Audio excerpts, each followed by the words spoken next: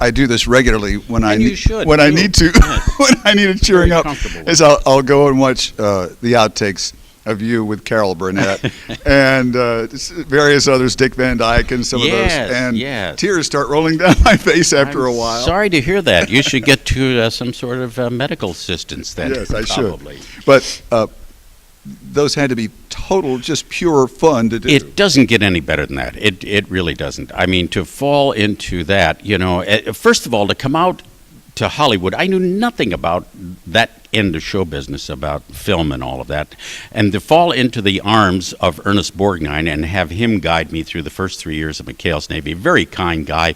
I just presented him the Outstanding Screen Actors Guild Award, which he got this year.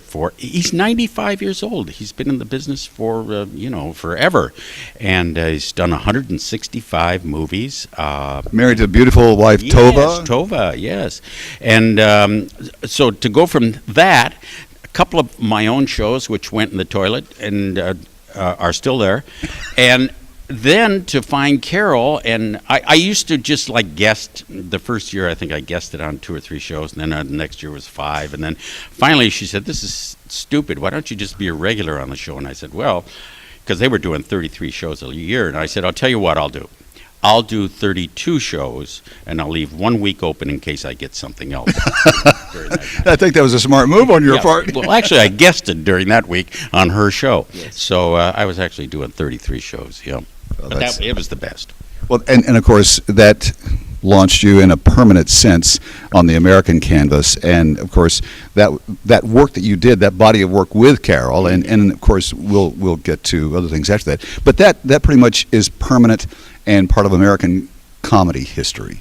Well, I certainly hope so. That's an awfully nice way of putting it. I wish I had a TV set. I'd like to see some of those. Are they still on? I'm afraid they're not, actually. Oh, they're not. You'll have to buy the DVD of it now.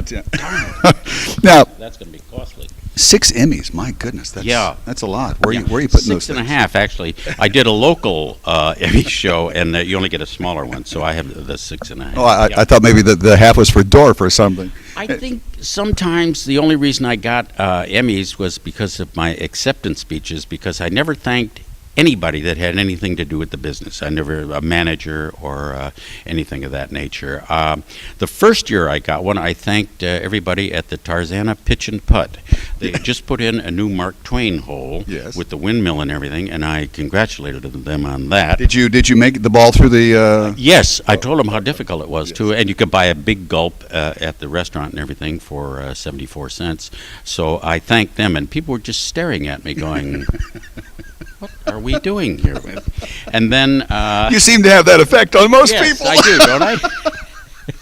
One year I said, "Thank you very much. I'd like to thank my manager, but he's at the Rams game, and my kids are home watching Superman, and my wife's playing bridge. So I don't have anybody really to thank, but you folks, thanks for coming along." So that's probably why I got most of them. Yeah. Well, now, 50 years is a long time to Isn't do. it, though? You know, I want to congratulate you on something. Okay. And I mean this sincerely from the bottom of my heart. You're not going to pass away before. No, I promise I won't pass away. I won't faint. I won't even pass gas, actually, or pass go. How about that? Either one of those will help. Yeah. I think that family fun humor. Mm-hmm. When I say that, I mean the G-rated fun that you have, and it is hilariously funny. You're not lacking one iota in the amount or how hard you laugh, or how long you laugh, or if you tear when you laugh, or any of that stuff when you watch your kind of humor. And I love it, and I'm just thrilled that you stayed with what you started with, that got you to the dance, and has taken you all these many years, and been very, very successful. And I'm just thrilled. Well, thank you very much. I do appreciate that sincerely, because that was really my goal. Don Knotts and I became very good friends, and we used to have long conversations about this, about the people that we're entertaining come to see us with a certain expectations. You watched Mayberry and Andy Griffith and all that for the expectations of, gee, it is going to be family humor. And Don was so funny. Oh, yes. As a matter of fact, I wrote a couple of movies that he and I were in together, and he was a marvelous guy. We always said, we had both, excuse me, I'm sorry. Was I getting You've got a terrible growth there. That's We would talk, about how much we had, in a sense, not given up, because you don't give up anything by doing that lousy stuff that they're doing, but how much easier it is to go through life with what we had done, and how appreciative an audience was when you got through that. They didn't hear any, language or violence or anything of that. Well, you did at my house, but certainly not on the stage. Well, at your house is a whole Yeah, different oh, story. that's That's off all- limits for everybody. Whacking the kids all around the place. Kicking the dog. Yeah, sure.